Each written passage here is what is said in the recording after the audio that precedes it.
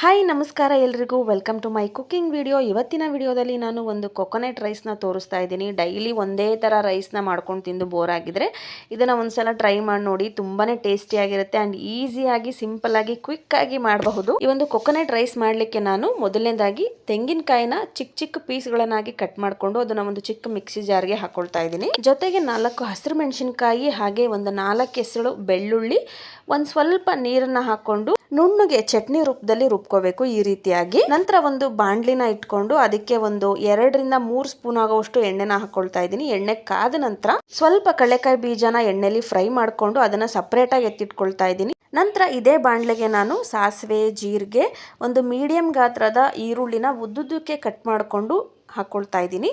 So ಈರುಳ್ಳಿ golden brown ಆಗಬೇಕು, ಅಲ್ಲಿವರೆಗೂ ಈರುಳ್ಳಿ ಫ್ರೈ ಮಾಡ್ಕೋಬೇಕಾಗತ್ತೆ. ಇದ್ರ ಜೊತೆಗೆ ನಾನು ಒಂದು ಸ್ವಲ್ಪ ಕರಿಬೇವು ಸೊಪ್ಪನ್ನು ಕೂಡ ಹಾಕೊಳ್ತಾ ಇದ್ದೀನಿ. ನಂತರ ನಾವು ರುಬ್ಬಿಟ್ಕೊಂಡಿರುವಂಥ ತೆಂಗಿನಕಾಯಿ ಮಸಾಲೆ ಏನಿದೆ ಅದನ್ನು ಈ ಒಂದು ಬಾಂಡ್ಲೆಗೆ ಹಾಕ್ಕೊಂಡು ಅದರಲ್ಲಿರುವಂಥ ನೀರಿನಂಶ ಹೋಗೋವರೆಗೂ, ಹಸಿ ವಾಸನೆ ಹೋಗೋವರೆಗೂ ಫ್ರೈ ಮಾಡ್ಕೊಳ್ತೀನಿ. ಕೊನೆಯದಾಗಿ ರುಚಿಗೆ ತಕ್ಕಷ್ಟು ಉಪ್ಪನ್ನು ಹಾಕ್ಕೊಂಡು ಗ್ಯಾಸ್ ಸ್ಟವ್ ಆಫ್ ಮಾಡಿ ಈ ಒಂದು ಕಾಯಿನದ ಒಗ್ಗರಣೆ ಸ್ವಲ್ಪ ತಣ್ಣಗಾಗಲಿಕ್ಕೆ ಬಿಡಬೇಕಾಗುತ್ತೆ. ಒಗ್ಗರಣೆ ಸ್ವಲ್ಪ ತಣ್ಣಗಾದ ನಂತರ ರೈಸ್ ಹಾಕ್ಕೊಂಡು ಮಿಕ್ಸ್ ಮಾಡಿ ನಾವು ಮೊದಲೇ ಎಣ್ಣೆಲಿ ಫ್ರೈ ಮಾಡಿಟ್ಕೊಂಡಿರುವಂಥ ಕಡಲೆಕಾಯಿ ಬೀಜನ ಕೊನೆಯದಾಗಿ ಆ್ಯಡ್ ಮಾಡಿಕೊಂಡ್ರೆ ಅದರ ಕ್ರಂಚಿನೆಸ್ ಹಾಗೆ ಇರುತ್ತೆ. ಸೊ ನೋಡಿದ್ರಲ್ಲ, ಈ ಒಂದು ಕೊಕೊನಟ್ ರೈಸ್ನ ಇಷ್ಟು ಈಸಿಯಾಗಿ ಸಿಂಪಲ್ಲಾಗಿ ಮಾಡಬಹುದು ಅಂತ. ನೀವು ಕೂಡ ಒಂದ್ಸಲ ಟ್ರೈ ಮಾಡಿ ನೋಡಿ.